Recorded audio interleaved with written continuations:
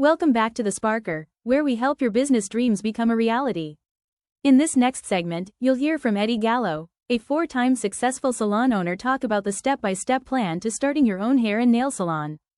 To watch the latest videos from Eddie and The Sparker, please subscribe to our channel and hit the like button. Enjoy. Let them take over for the next generation, and then you still have that building as an investment. So you own the unit that we're in now, The because unit. we're like in a professional They're like building versus a professional retail condos. mall. No, I didn't go to a retail mall. Yeah, we're not in a retail mall. You're going to see some of that. We're in a professional, so you own this piece here. Right. Okay, so you went and decided you're going to open up. You found a place to buy. Right. You went and came up with the name. Got the You name. went and got your business incorporated. And that's not all hard. It's procedural. You have to do it. They are but procedural, but there's a lot of things you have to consider on that too. So I was lucky enough, I had good advisors. You can, when you set up your corporation as a salon, not the building, you have choices. You could be an S Corp, sole proprietor. You could be a C Corp. You could be an LLC. So each one is going to have different ramifications and responsibilities. A sole proprietor or S Corp, you're personally responsible for that debt. An LLC, obviously it's a limited liability, but you're still responsible, but not to the same extreme. And each one is going to have different fees and rules. So you have to make sure that it's going to fall in what you want. And then a corporation, are you the only owner? Do you have... so what do you set up here? We're LLC. on this LLC. one. And that's where, whether it's profits or losses, it all trickles down to the owner. Right. Right. Which has pros and cons. I've Has been in pros those and cons. situations It where has pros and cons. It's just what I... So the first one was S Corp.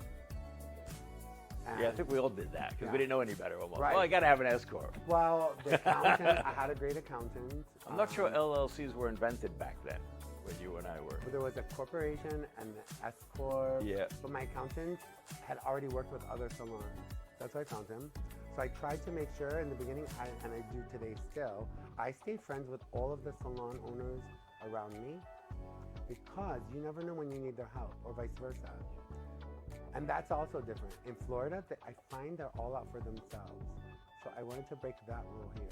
And you can have the LLC name. You mentioned it quickly. So the name of this store is the Robert Edward Capelli Spazio. But what is the name of the corporation? That's the name of the corporation. That's the name of the corporation. Okay. So you can have an LLC under a name doing business as the design that you want for your correctly. salon. So even with the Sparker, we're Entrepreneur Network Partners. Right.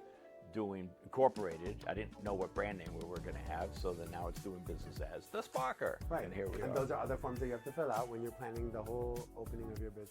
So what happens next? You've got this registration, you've got a name, you looked at domains, you found a building almost first, right? Yeah, but the building was an actual like architect's office, so you had to gut it and turn it into a salon.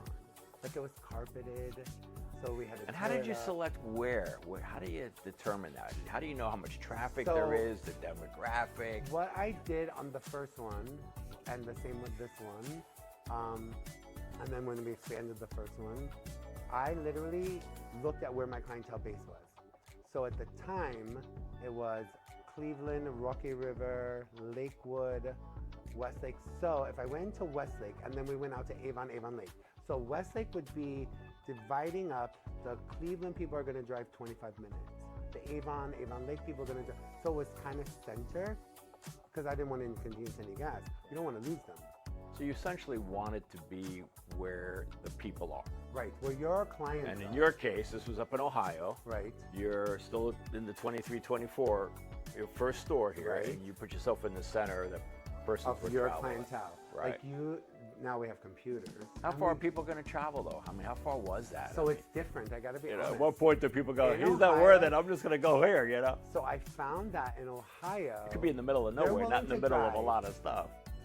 Craving more of that Eddie magic, or want to learn how to open up your own cleaning service or food truck and more? Be sure to visit thesparker.com and sign up for our 7-day free trial. There is no credit card required.